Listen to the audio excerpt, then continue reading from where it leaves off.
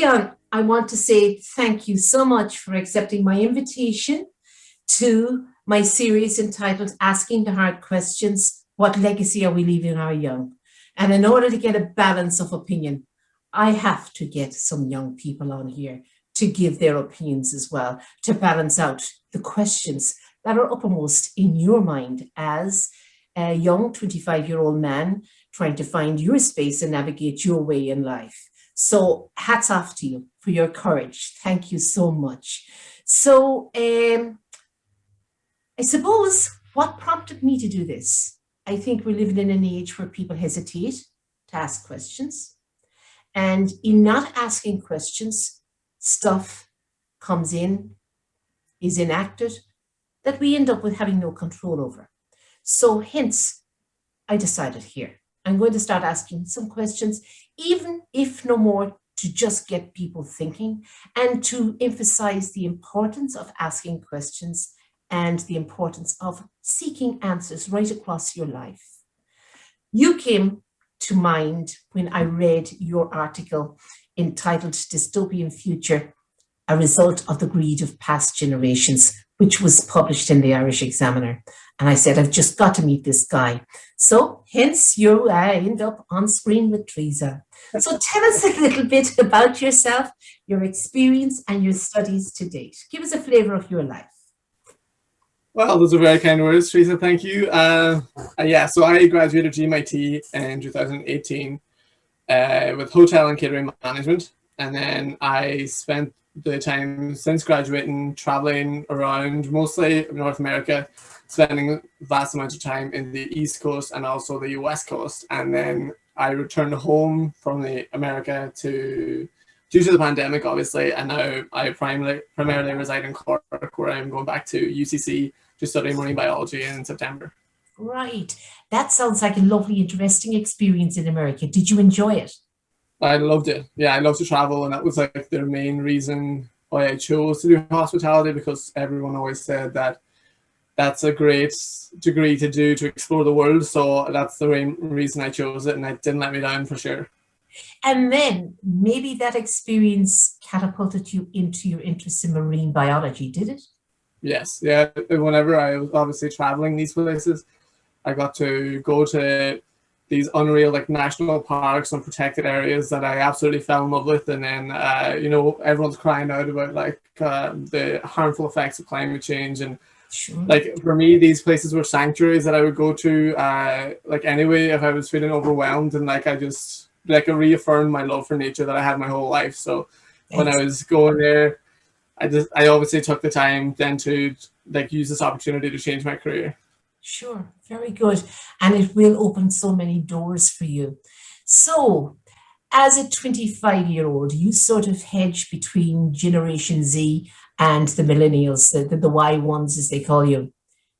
What do you believe is most important to you and your peers as you make your way into society? And what do you make of it all? Well, what's most important, three things that would stand out to me would be support, opportunity, and representation. I feel like adequate representation. So when I say support, I mean like the future is constantly changing. Now, I know we can't preempt how the future is going to change, but I would like to know that there are support systems in place for us to reskill or, to like adapt to like an unpredictable future. Sure. Like opportunity. That's obviously what your main concern is whenever you're in college. Am I going to be able to get employed in this field when I graduate? Mm-hmm. And then representation. I just feel like the young people need to be like given a fair platform to express their views and to be heard. And have you identified in your mind's eye any avenues through which you might weave in there to a platform where you may be heard? Well, like I know there's youth, I know with like UCC, there's like political programs you can get involved in. Like every political party has youth things. So whenever I do go back to college, I am going to take advantage of this and become more involved in society, like in these kind of ways and more like leadership roles. Let's say You look at where the existing political parties seem to get in to universities, colleges, etc., and form their young groups, with a view to attracting you into the corridors of power in the future. Just for a minute, think, if you were to take that route, do you think you would be allowed to make a difference if you were to get in there? Would it be a difficult uphill battle to exert, to look for change and to have your voice heard? Absolutely, especially I feel like at such a young age, like because like when you go into politics, it's all about experience. It's all about most of your life experience and like all the connections you make to get yourself there. Like if to be president, you need to be 35. Like there's all these minimum restrictions and stuff. So it's very hard to get like a young voice like on a prominent stand. So realistically, not like you can at the minute we can only do our best to influence those people who are in power. Sure. And do you think there's space there for your age group to create a party that would fairly represent Generation Z and Generation Y? Absolutely, like or else at least the parties that do exist to have more spots allocated for younger members. Maybe they don't have the same like full power or whatever, but like to get more like a certain percentage in there, to get the ball rolling, to get us our foot in the door. Yeah, that is an idea. So are our young understood or even considered at the minute on the corridors of power? I would say that we're an afterthought almost. Like as I said, the people in politics generally tend to be like, older. So like what they're thinking about is kind of their own scenarios, like in their own situation. So like I feel like we're always like an afterthought, that no one's ever considering how is this going to leave the political stage. What's the legacy going to be like? Yeah. Yeah, no one's ever considering the question, I don't think. So all the more reason that the young should get in there to find their space and have a representation. Do you feel, do our young feel disproportionately challenged on every level going forward, particularly in this COVID-19 time? And what will a post-COVID world look like? So do you feel disproportionately challenged? I don't know about disproportionately challenged, but I do feel like our generation is obviously facing challenges that no other generation has faced, with like the rise of AI, like the pressures of social media, like our ever educated workforce in the country, like, the jobs continue to be saturated down. And I feel like these are all challenges that and also the climate change. These are all things that we're experiencing that no other generation has had to do. And who's responsible for this? Obviously, the baby boomers and others that went before us, would you think? Mm-hmm.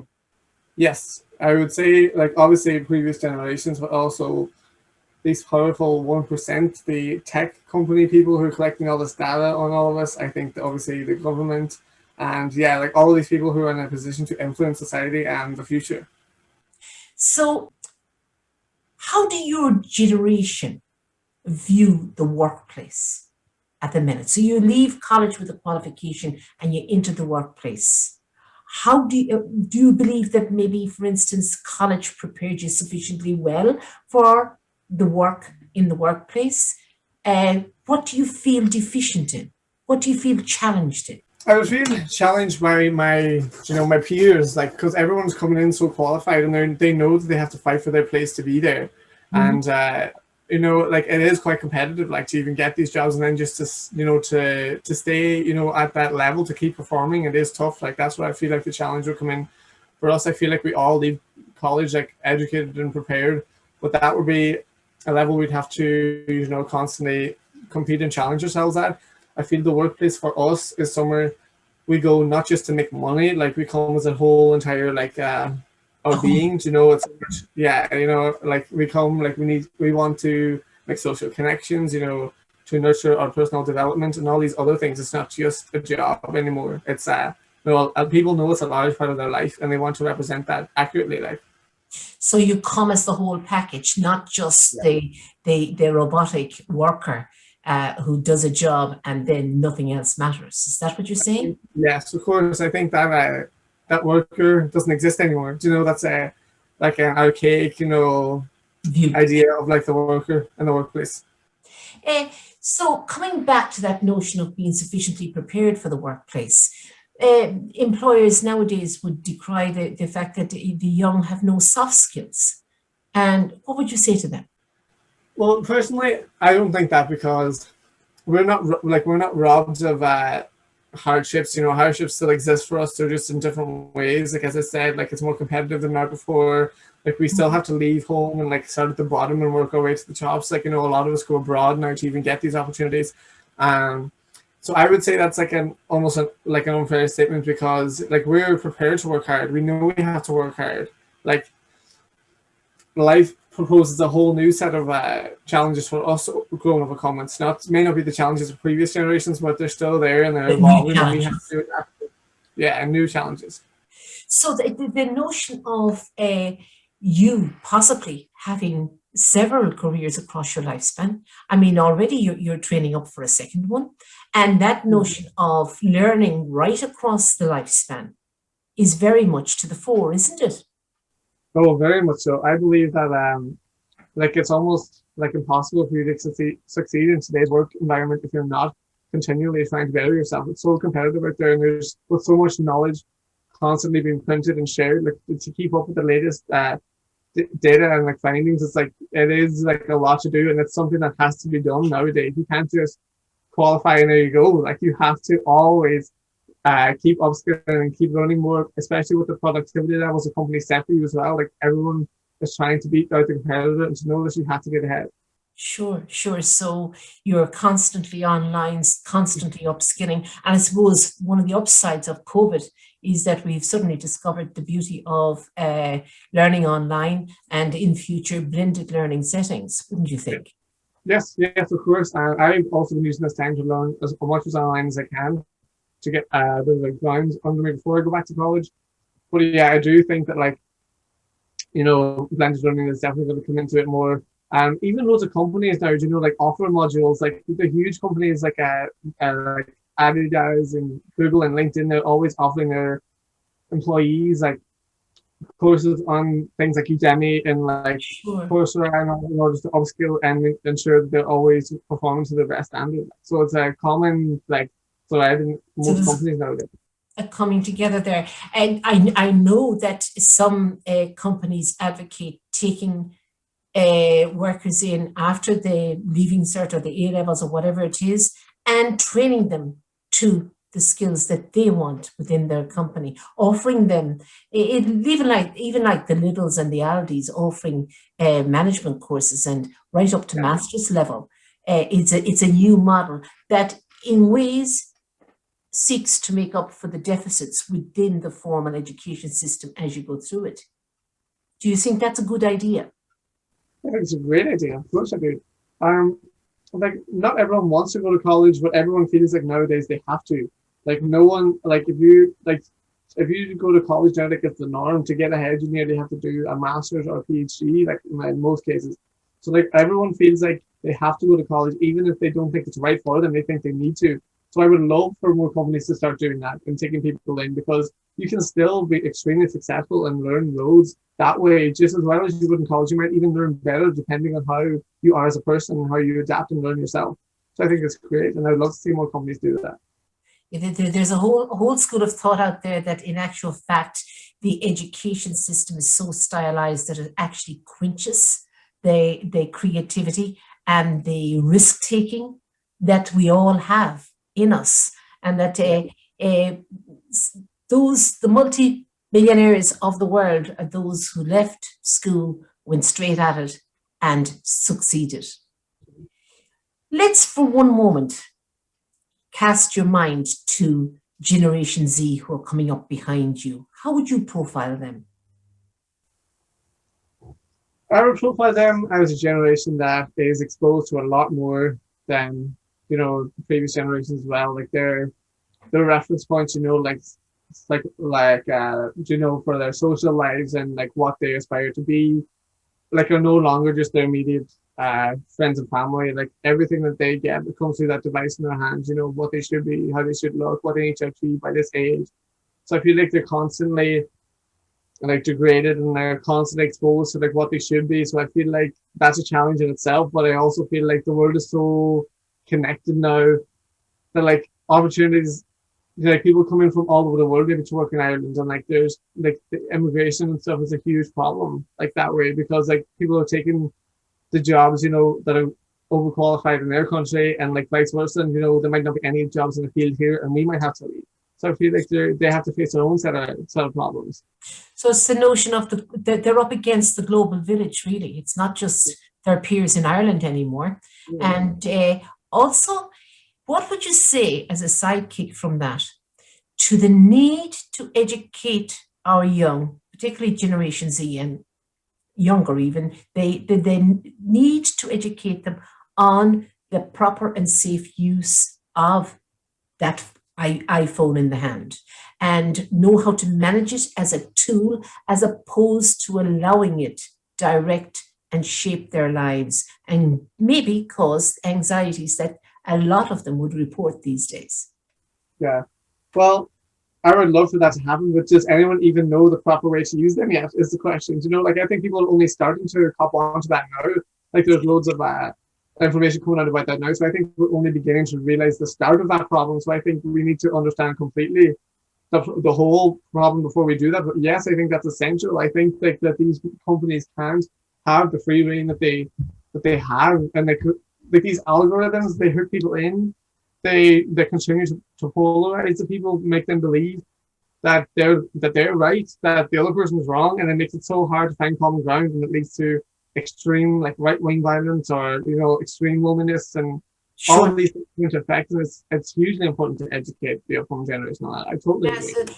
There's a real need, I feel, for a conversation around that whole thing. It's a real need for actually from governance down. Yeah. There's a need for rules and regulations. There's a need for an awareness campaign around the safe use of these devices. So give me a profile on the baby boomers in your generation's view. Well, the baby boomers in my generation's view just seem to have countless opportunities, no shortage of money. Like they just seem to be like have so like a higher quality than life that we have now at the moment. Like they were able to have bigger houses, like cars, huge families, holidays, like all without even finished secondary school. Like that's just so absurd to me. Like they didn't even finish a secondary level education and got all of this money and like opportunity, whereas now we like all of us finish like tertiary education and we don't get even a fraction of that same opportunity because we're also educated and the job market is so saturated. So that's the main point that I would say, is that they had countless more opportunities than we had. So the children of the baby boomers will really be the haves of the future, whereas those who don't come from that type of privilege will have it more difficult. Is that right? Well, I do agree, because it's harder and harder to work your way up the ladder. So like if you don't come from somewhere of like good middle standing, it's going to be even harder for you to climb. So I do agree with that, because the opportunity just isn't there to propel yourself to the top. Like it's not you constantly have to work hard just to stay the same. Sure. And let's say I'm going to make a statement here now, and I want you to give me your honest opinion on it.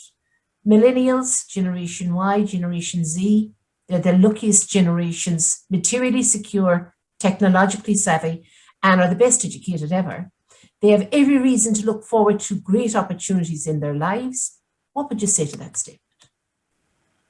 I do agree with what you're saying, that we're all educated, that we have like materially secure, we have all these things, but again, with all those things, it poses new challenges. Like as you say, like I keep going back to the opportunity, and I'm going to try and move away from that. But like with the all of us being educated, it does saturate the market.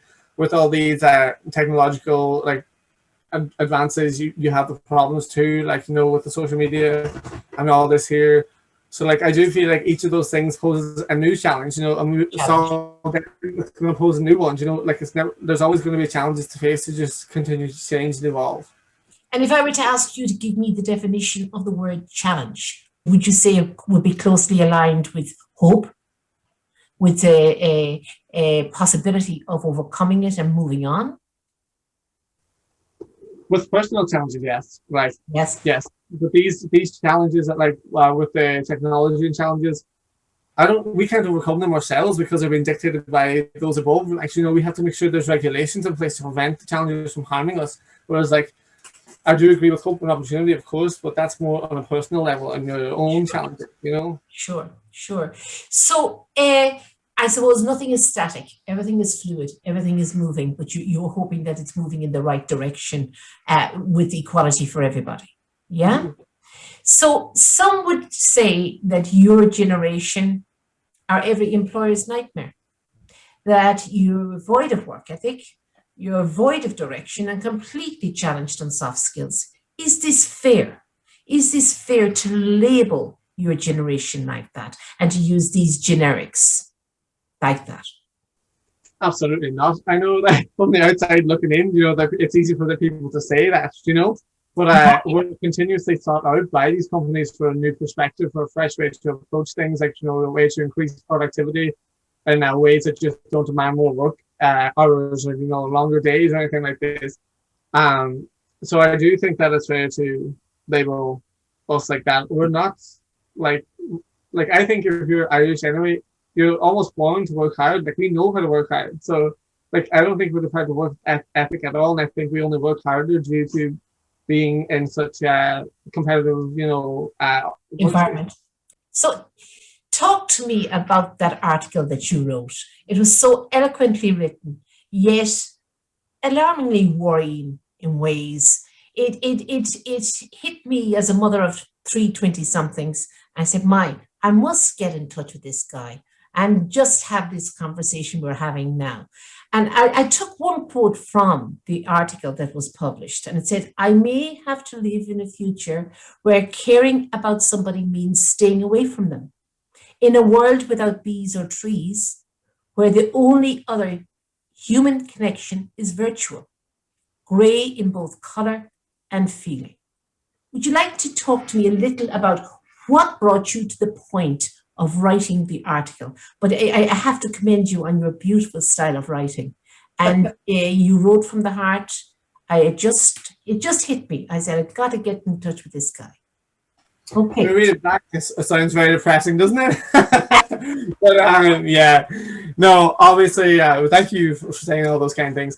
But yeah, so I was obviously just feeling frustrated, and like, I enjoy writing anyway. I feel it's like a good way to organize my thoughts, and I find it very cathartic, and I can form a logical, viewpoint. And so I was just writing this, to get it off my chest almost. And it did. Look where it led you. I didn't hold back, as you can see. But yeah, so then when I started writing it, I actually thought, it was kind of quite good. And then I thought, wow, like, a lot of other young people would really relate to it. So I really wanted to get it out there because, sure, like, I feel like, we're not given the same platform as, like, the elderly, to voice how the pandemic is affecting us. I know it's affecting everyone. So I feel like we need to all, be represented the same way and fairly. So I really wanted to, like, be a small voice for that argument. Very good. And you succeeded very, very well. I had this vision of you away from home, obeying all the rules, where your generation will be accused of not obeying the rules and the cause of spread of virus, etc. You were in an apartment in a city where you had very few friends, you were away from your family, and you just felt frustrated with the whole thing and the endlessness of it all. Am I right?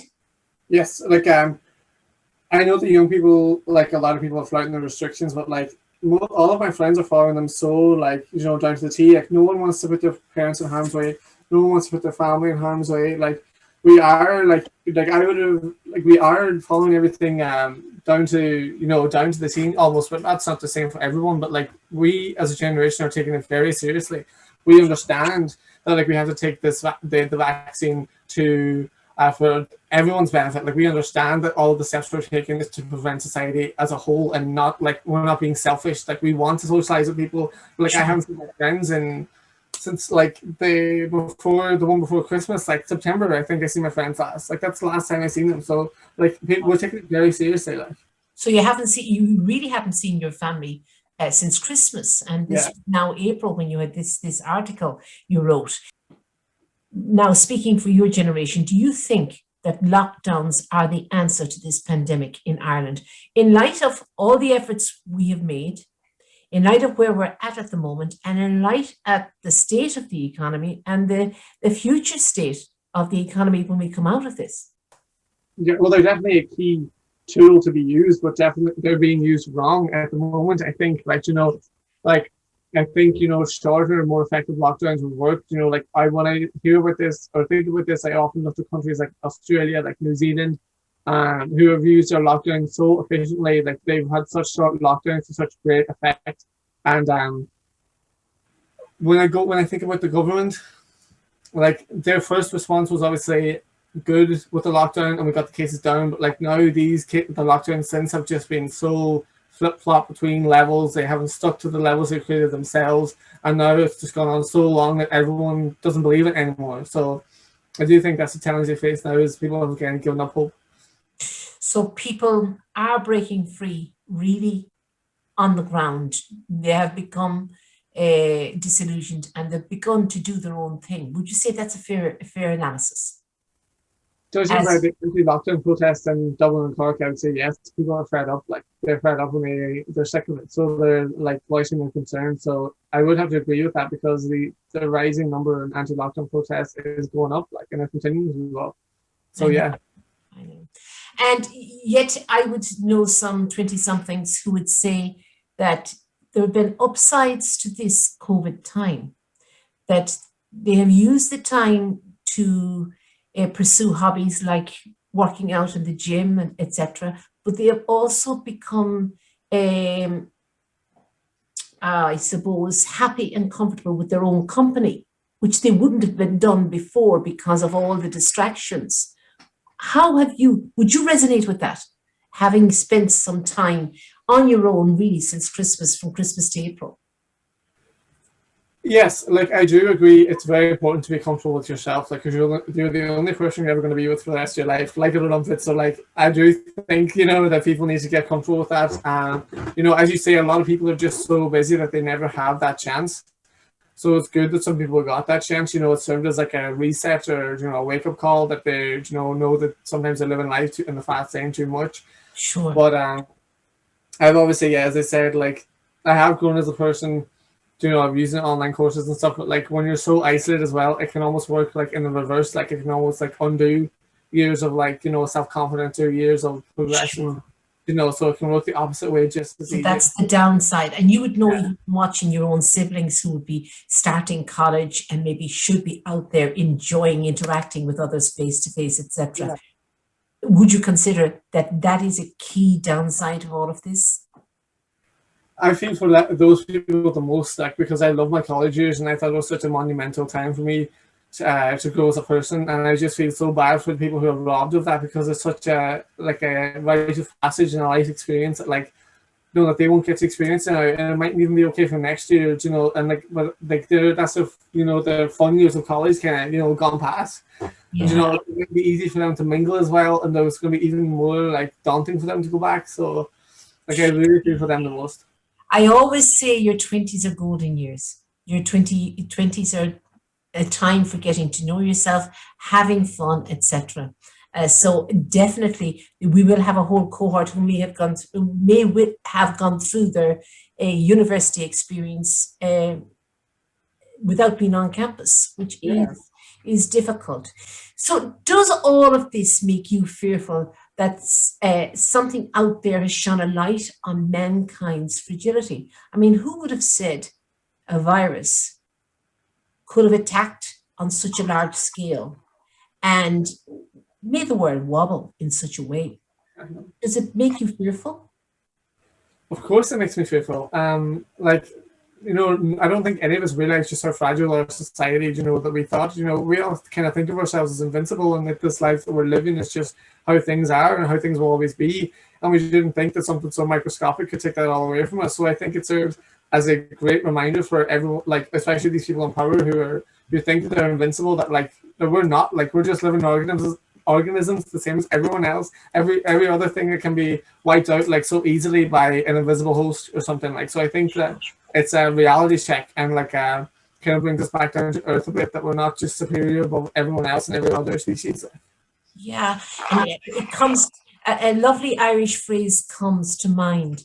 Er ska here a warren dini. You know, we live in each other's shadow, really. I think it probably has emphasized to us man's need for each other, that we, Yeah. that whole thing of connection and communication.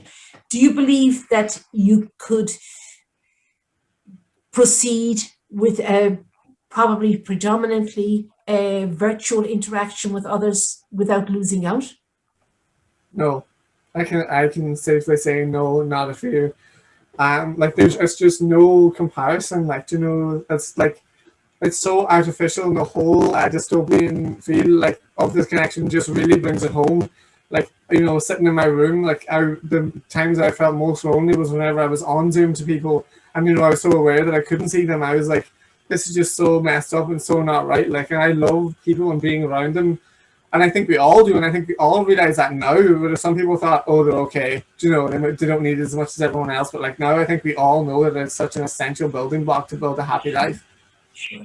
I think the word that stuck out most to me was in the title of your article, was that thing of dystopia. And I Yeah, even went and I said, right, I need to get a full definition of this. A society characterized by human misery, squalor, oppression, disease, and overcrowding. It's a strong word, but it did catch the sense of the moment. So, what must be done to ensure a safe landing for your generation? Let's take it on a personal level first. like yeah. So personal, like again, like I would just say adequate mental health. I would really advocate for adequate mental health services at the minute, because the HSE like is overrun with all of the mental health with like the child and teenage ones. Like I know that there's like some, especially in Cork and Kerry, they've been waiting for over a year, like since last year, to get seen, Yeah, which is horrific. Like especially when you're at a crisis point. sure. And also like Jigsaw and all these leading charities, there's like a 16-week waiting list, which is just like way too long, like to be Yeah. seen.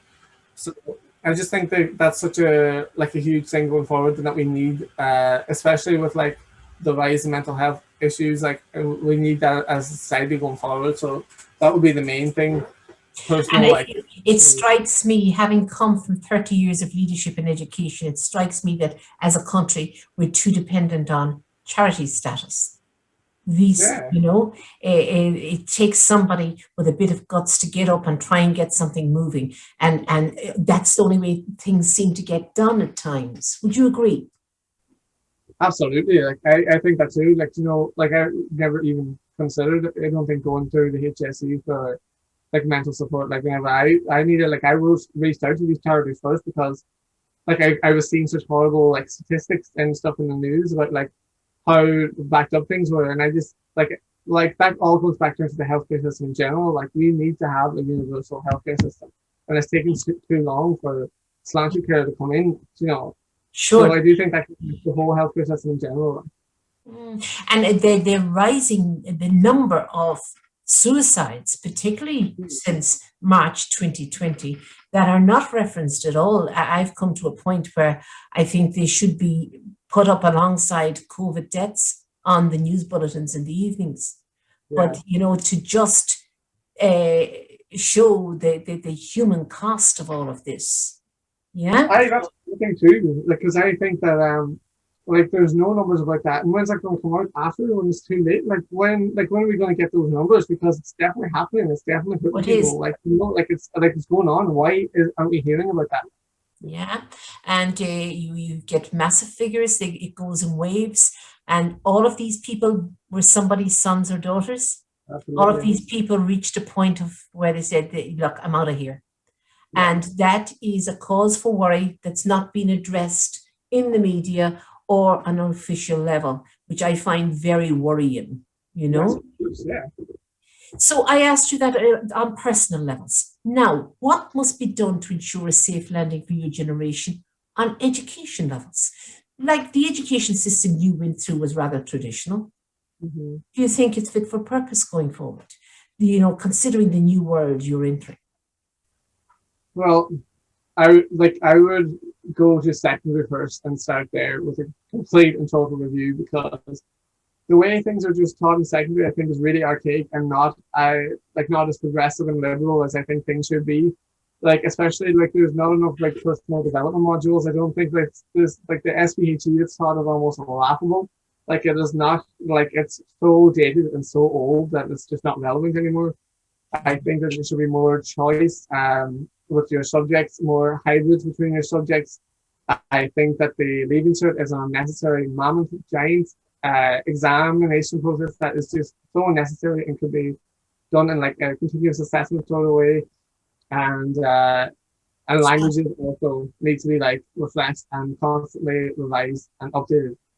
So I suppose when you were going through the education system, there were several subjects or modules that you had to learn in order to get through, but that you will never use. Yeah. And then you were assessed on them. And I think maybe the Leaving Cert for Ireland is unfair in terms of being nearly like a value judgment on the person. So if you do well, you're wonderful. If you have 600 points, you're brilliant, and you're celebrated on the media. But what about the one who got 250 points and that was a real effort for them? That should equally be celebrated. But I suppose the assessment model, that's one thing that's coming out of this COVID, is that that whole area is going to have to be looked at, and will be looked at, and has changed really forevermore now. Yeah. Like, especially, like, you know, when you go into first year of school, all there's real into your whole 5 years or your 6 years is, you know, Leaving Cert. So, you know, it's this huge big thing that you think is going to define your life forever, which, you know, and certainly like does in one sense that they make it out to be, but it doesn't. Like, you know, you're still open to a world of opportunity that you can do. But like we always thought that was such a given and such a solid, but like now it's been taken away just like that, and there's a provisional grade system in place. Why none of this was even thought about before? It was just no, can't do it. Now all of a sudden you have the choice this year, you know? So we've skipped loads of arguments, loads of threats of strike action and everything else by being catapulted in maybe 50 years, 100 years hence in terms of thinking, in terms of openness. Yeah. So maybe that is an upside in ways in that our hand is being forced. Yeah, it's an upside because it shows you how quick things can change if we want them to. If we want them to. Whereas the system as such tends to go at snail's pace, but this didn't. And everybody put their shoulder to the wheel and rose to the challenge. Even if, could you imagine if you were in a secondary school pupil now and you suddenly found yourself connecting in with your teacher online and continuing your studies? That was unheard of when you were going through school. Oh, crazy. Like, I just couldn't imagine that happening when I was in school. Yeah, so I think blended is the way forward, where you would have the happy medium of face-to-face and that communication, etc., but then have the beauty of doing your modules, maybe some of them online, etc. as well. Yeah, but then on societal levels, if you look at the whole thing, what must be done to ensure a safe landing for your generation on societal levels? We've looked at the personal, we've looked at the education. In terms of society, in terms of how you find your place in society? I would say opportunity. Like we all want to excel. We all want to do the best we can. Like, so I just want, you know, that chance to be there for all of us and equally. So that's what I would say, you know, and like Ireland is not a pioneer in any like sense of the word. Like, it doesn't have these large scale projects and like the sciences like that any other country does. Like, it doesn't. It's like other companies are leading the way and we're kind of falling behind. And I just think that if there was a larger investment in like infrastructure, blah blah, like research centers, like innovative like ways of thinking, that like we could be up there with the rest, and like we have the workforce and the intelligence and the charisma to do it. So I just like the chance to be able to do that in our own country. So we need to move forward and keep going at the pace that was foisted on us a year ago, and just move forward to compete on a level with other countries. Mm-hmm. So just as a side from all of that, critique for me our present government's response to COVID-19. Just critique it for me as you see it from your standpoint as a 25-year-old. Well, I think it all started off pretty well. You know, it was like, you know, Leo was teaching that, like, and the first lockdown went well, the cases went down, like things started to open back up. But then that's where the good parts ended. I'm afraid it just went to complete disarray after that. As I said, like they went and created the levels, and then they continued to undermine their own levels by creating hybrid levels, trying to please everyone. I assume that they were worried about the economy. That's why they did all these things. Now we're in the worst place for it. This lockdown is never ending. So I think that like it was the approach to it is not good. Obviously, there was no delegation between Northern Ireland. Like people were allowed to fly into the country. Like it was awful. Absolutely. So it was a matter of a case of making it up as we go along, and maybe at points seeming to be in free fall and being slow to make decisions. Would that be right? Yes, I think that they, even when they appear to make up their minds, they continue to flip back and forth to please people. Again, with the levels, like, they said level 3 means this, but we'll give you some bits of this and take away some bits of that. And I was like, when you do that, like, you're just undermining everything. Like, so, like, you want to be taken seriously. Like, you want people to have faith in you as a leader.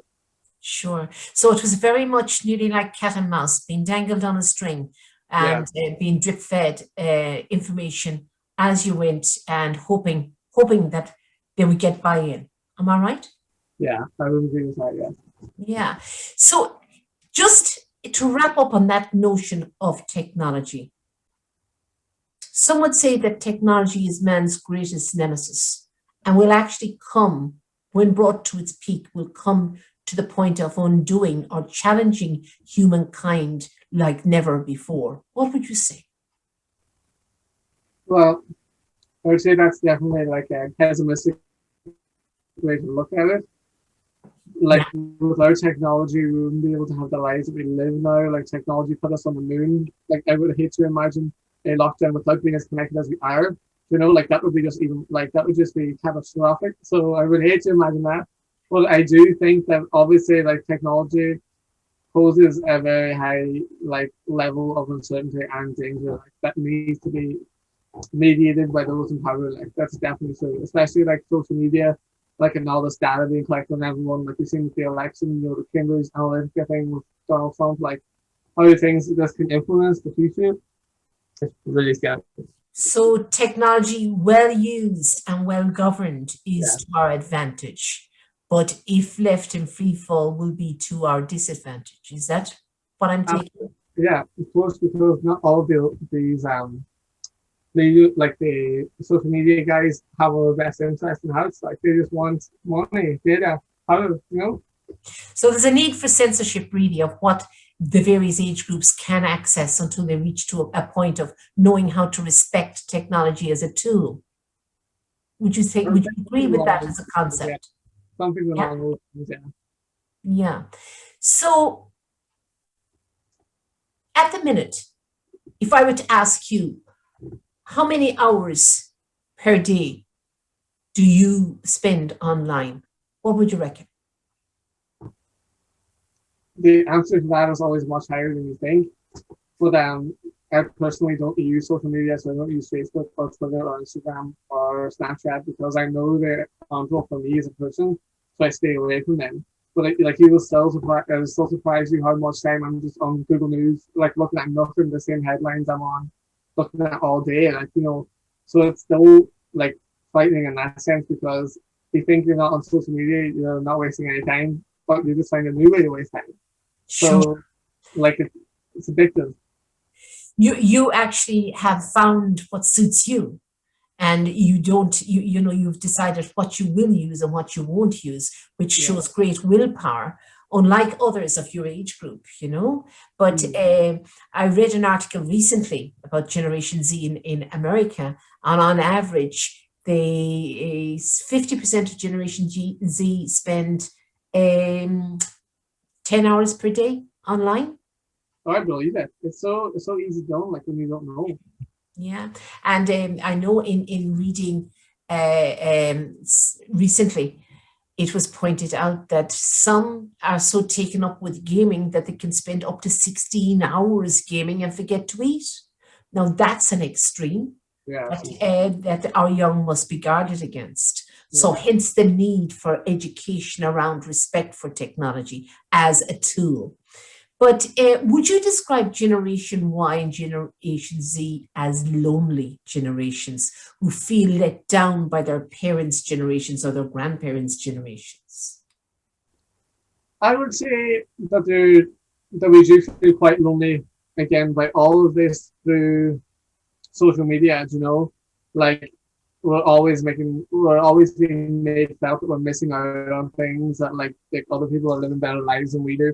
Again, like that's the polarizing part of it, like that we're always made feel that we're right, that the other people are wrong. So it Mhm. makes us feel like we're alienated from other human beings and we're all just people with different viewpoints. It makes it harder to find this common ground. And then I feel like being let down. I feel like humanity has let itself down regardless of generation because the planet is obviously in disarray, at the moment with climate change. So it's just a matter of watching another snap falls to, like we've all been at fault, all the way down the line. So it's the cumulative effect really we're seeing now, the cumulative effect of years of taking our eye off the ball and just enjoying the experience. Yes. And the bill now is coming to be paid. Is that Yeah. right? Nobody wants to pay it. It's at the too high price. Yes, it's too high a price. I know, I know. So going forward, once you finish your studies, the world is your oyster. Do you intend to stay in Ireland? That's a hard question to answer. I very much see myself as a citizen of the world and I love to travel, so I find it hard to commit to one place. Yes. I don't think that there's going to be the opportunity here, especially in environmental science to excel the way that you would in other countries with like progressive programs. So I don't think I can answer that question. Obviously, well, a necessary part of your future will be travel and gaining experience in other environments and maybe coming back as somewhat of an expert in that area. Well, that would be the dream. I don't know. Yeah. The Irish are, do you believe, really, there is a school of thought there that the Irish really lack confidence in themselves as a nation due to our history, etc. And it's not until we spread our wings and fly that we find ourselves and carve out success elsewhere. What do you think of that as a thought? I do think as a society we lack confidence. Like I know that we're all like good crack and always up for a laugh, but I do think that deep down like we don't come to terms with our shortcomings and like why and work on ourselves. We don't invest too much like on ourselves. We rather invest in the people around us or like having the crack. You know what I mean? It takes a lot for an Irish person to take a step back and be like, like what can I do to better myself or like what are my shortcomings and like address them confidently. Like I do think it's a hard step for Irish people. So that the crack is a veneer really for it's concealing a deep down lack of confidence or a loneliness, a desire to be something. I wouldn't say all the time now. Like I do think that like, sometimes that's the case. Sometimes it's easier just to have the crack than admit there might be something wrong so I do think that with young people that's always the case, like especially when you're in college and you're out having fun, like it's easier to sport and have drinks rather than be like, oh, I don't feel okay, like what's wrong Yeah, with me, yeah, but there's a need really, I suppose, as we spoke about earlier, that thing of being comfortable with yeah, your own companionship and facing what it is that you need to do in your life. yeah, That's part of the journey, I suppose. yeah. So, as a representative of your generation, then, and you're hedging between Generation Z and Y, what would you say to the following statements? The Irish have the best education system in the world. I think we have a strong education system, but it's not the best. It needs to be constantly reviewed and updated and like revised to match other companies and how they progress and what they're teaching and what they're offering their students. I do think it's like the Irish education system is definitely something to be proud of, but like we do have to improve. Like we are falling a little bit behind, but we just need to be constantly like seeing what others are doing and like how we are competing with them and just like follow their steps. Really. Sure. There's room for improvement there. We need to grasp the moment now as opposed to sitting on it waiting. Mm-hmm. Maybe there's need for a committee with some young people like you on it giving There's always a need for giving somebody. giving your opinions and dreaming aloud, you know. So, Yeah. what are the key things you wish you had been better prepared for on entering adult life? What are the key things that you wish you were better prepared for that might have eased that passage into adult life?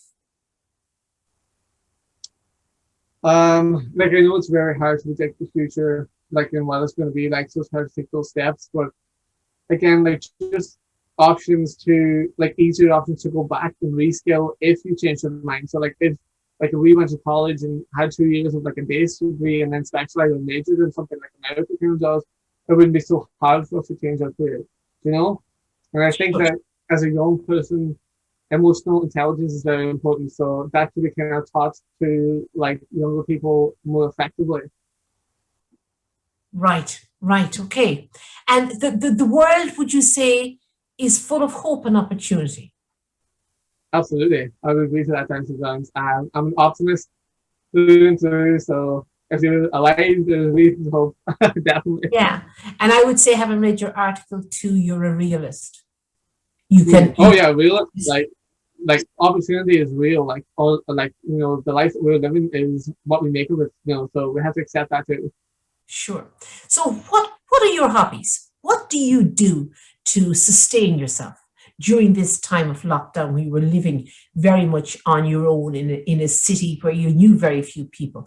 What did you do? Did you go to the gym? Did you go running? Did you go walking? What was your typical day like? My single day, I would wake up, I meditate first, and then I would definitely exercise every day because that's really good for your mental health and your well-being. Um, then I would like do some time to like do like online courses. I have so many done now. It's outrageous. But I also would then like write a lot, and then the night time I probably like when people like stuff like that. That'd be usually what I do. But I would definitely try to be as productive as possible. Right. And for you, where do you place family? How important is family? Oh yeah, like top tier. Yeah, family and friends number one all the time. Mm-hmm. All the time. So that's your anchor. That's your anchor, and Oh yeah, it's the place you move out from and that you come back to. 100%. Yeah, Yeah. that's yeah, my rock. Yeah. So cast your mind hence. Dream. What advice do you think you'll give your son in 20 years' time? That might save him some bother that you might have gone through now. What advice would you give him? Hard questions with this one. Nearly 6 of this. 20 years is such a long time. I don't know. I would just say there's no rush. Like everyone else is just as good as you are. Like your opinion matters just as much as everyone else. Like that's what I would say. Like I don't really know much else in the future. All you can do is kind of be there for them. When they need you. So believe in yourself, follow your dream, be All safe. the cliche stuff, yeah. All of these things. So life is what you make it. Yeah. What will the world look like in 30 years' time, do you think? That the post-COVID world, this will always stand out in our memories as a time of change, as a crossroads. What would you hope the world will look like in 30 years' time? I know it's a long way forward, but I suppose with the level of change, the level of advancement, etc. So there's a phrase that has come to mind, and I was involved with a group years ago, and they were looking for a name for the movement, and I thought abundance denied.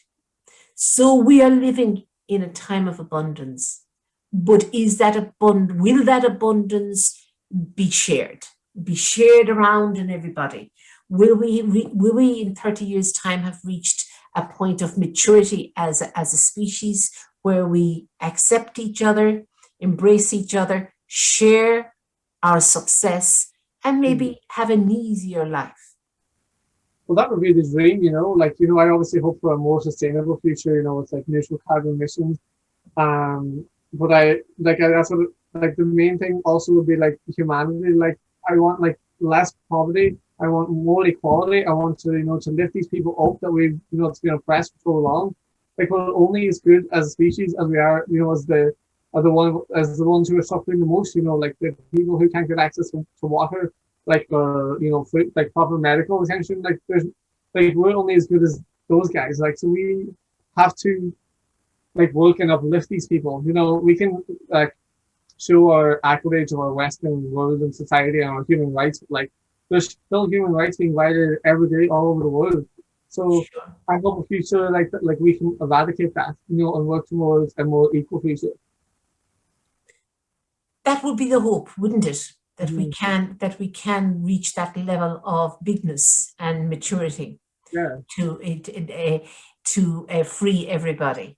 So maybe at times I think we run the risk of, in a sophisticated manner, holding people where they are without calling it for what it is.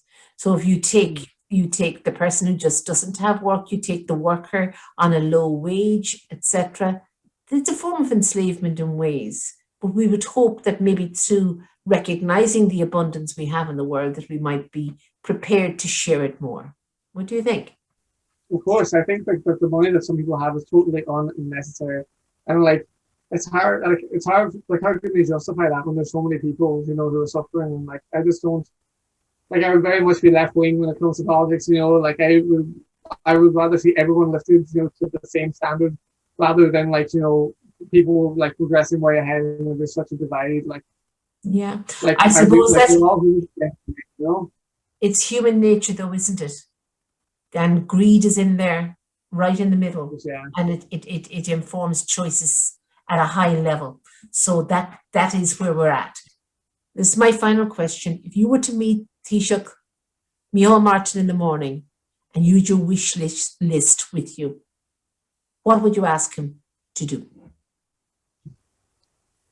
I would ask him for more ambitious projects to propel Ireland into the future. I would ask for a better, this is going to be random, a better Irish rail system, especially in the west and the northwest. I think like the congestion and stuff on the road is just awful and can be avoided. We need trams in cities like Galway and Cork, like, to get the buses off. Like, I think there's so many small improvements that we can make to like be up there with the best of the rest of Europe, like Germany or like Austria or Sweden. Like, I think like we could like take those steps if we just had a bit of creativity and innovation. It's not that hard.